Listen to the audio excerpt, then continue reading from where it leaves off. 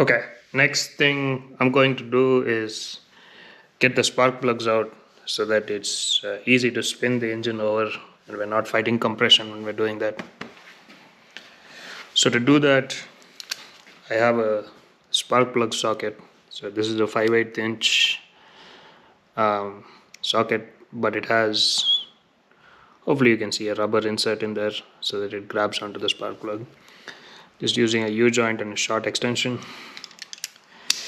and a 3/8 inch ratchet. I'm going to get a fresh pair of gloves on just because I'm inside the oily bits of the engine.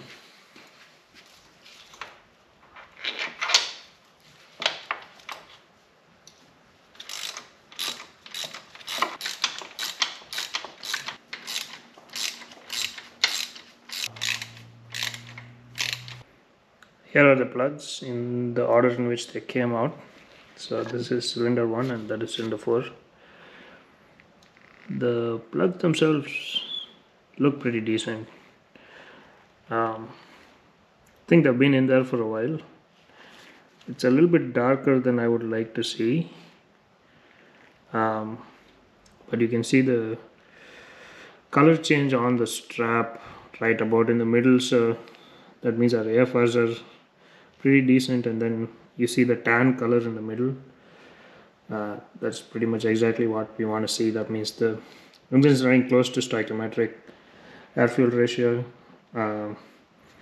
There's a little bit of oil on the threads, more than I would like to see, but that could possibly be because the spark plug tubes are leaking, but I suspect that this engine burns a little bit of oil, so it's not too bad. And they all look very similar to each other, which is a good thing. That means there's no one cylinder that is way off and doing something weird, so that's good. Moving on. So what I'm going to do is I'm just going to demonstrate checking the valve clearance on this one, just because we are it's like really clearly visible.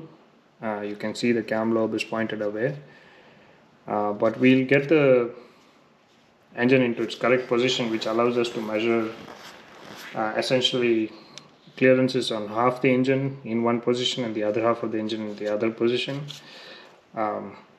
I'll put a link in the description here to a document where I extracted that from the factory service manual, and I essentially show that. And in a second I'll demonstrate how to get the engine into the position where we can measure all those clearances. But for now, just to demonstrate how one goes about measuring a clearance, I will do it on this cam right here, this valve right here. Okay, so this is an exhaust valve. Clearance is supposed to be between 0.17 and 0.22. So here I have a set of slip gauges, and I'm going to start with 0.15 and then work my way up. So we have 0.23. So let's give it a shot. So the idea with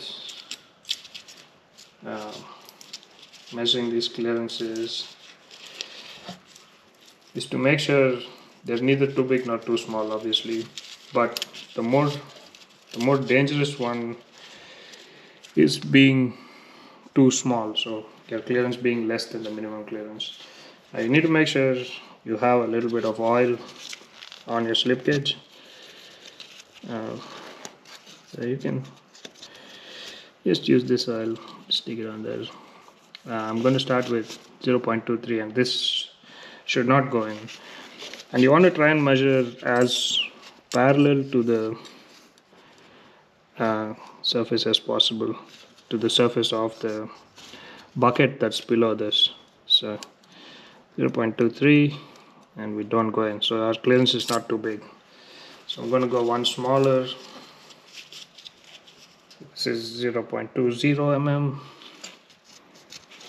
Again, making sure I have a little bit of oil on there. Now I'm going to I'm going to try to stick it in between these two. So nope, this don't go either. So I'm going to try to be as parallel as possible.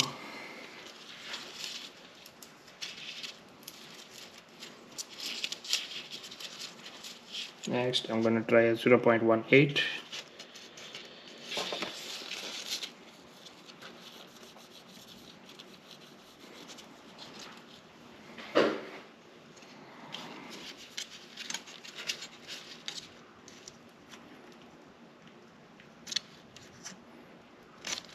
So this goes in, but it has a lot of resistance. So the clearance is smaller than 0.18. Next I'm going to try 0.15.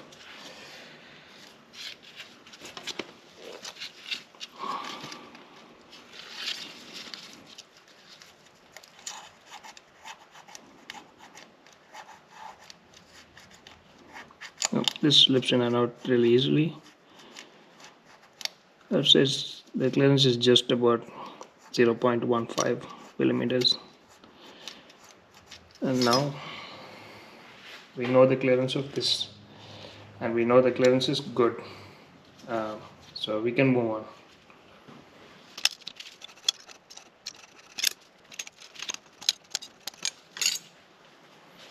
So both these cams are at 0.15 millimeters.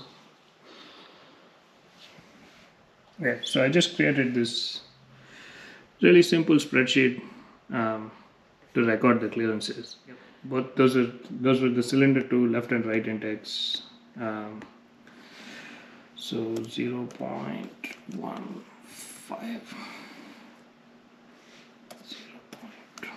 0.15. So these two are within spec. The spec for these are 0.15 to 0.24. So both of these are within spec. Now we want to try and get the engine into this position. So cylinder 1 is at TDC gas exchange. So these 4 valves are all closed. Then these two and these two are closed. So we should be able to measure all of these. And then next we can move to cylinder 4 is at TDC. And then these 4 are all closed. And then these two are closed, and we can measure those. So essentially, with just having the engine in 2 positions, we should be able to measure all the clearances and fill out our table. So let me just demonstrate how we get to this position. So these are the marks on the cam gears and the intake and exhaust should point away from each other and be parallel to the mating surface, and then the marking on the crank timing gear should line up with a mark on the timing gear cover. So let's do that right now. So I'm going to rotate this around.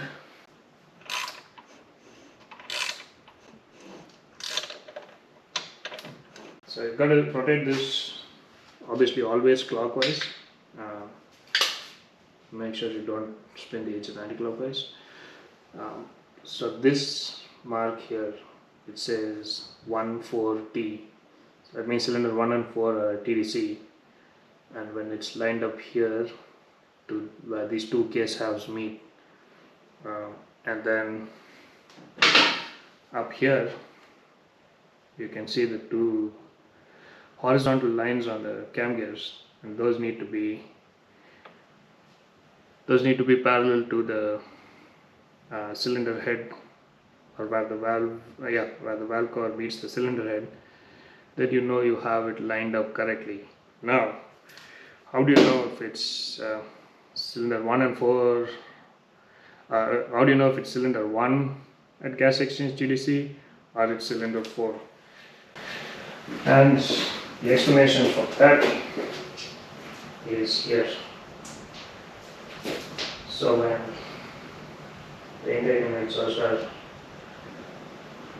pointed outwards, that means cylinder 1 at TDC. If they're pointed inwards, then it's similar 4 at TDC. So let's go see what it is.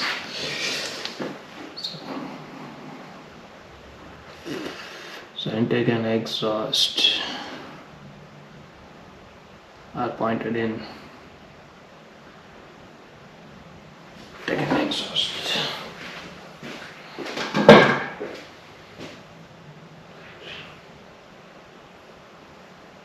So it's this. So cylinder 4 is at TDC. So let us confirm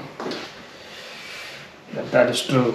So we should be able to see all of cylinder 4's valves should be closed right now.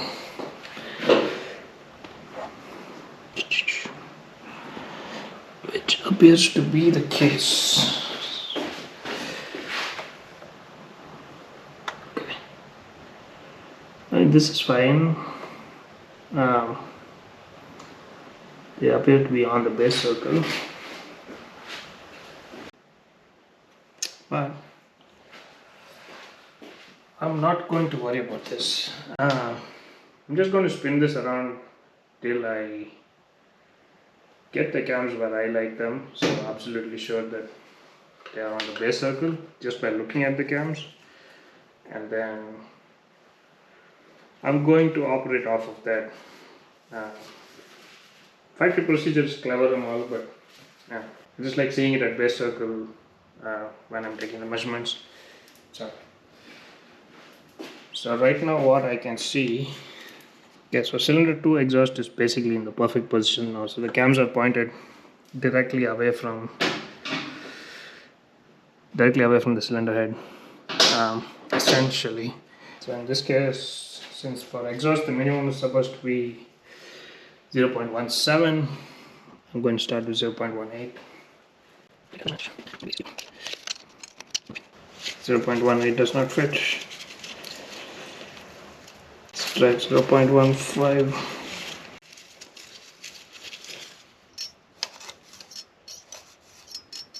So 1.5 is very loose. I would say it's just on the edge of spec. Probably just under 0.18. Okay, let me try and measure the second guy. Try 0.18 again.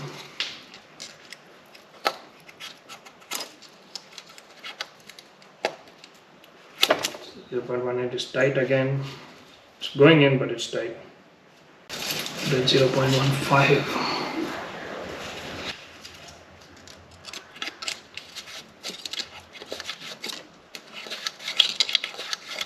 0.15 goes in very easily. So I'd say both are right around 0.17. So essentially I'm going to just rinse and repeat this for all the rest of the valves. Just spin the engine around until I get the cam lobes are pointing directly away from the cylinder head, and then measure the clearances, move on from there. So I'm just going to switch this to the time lapse.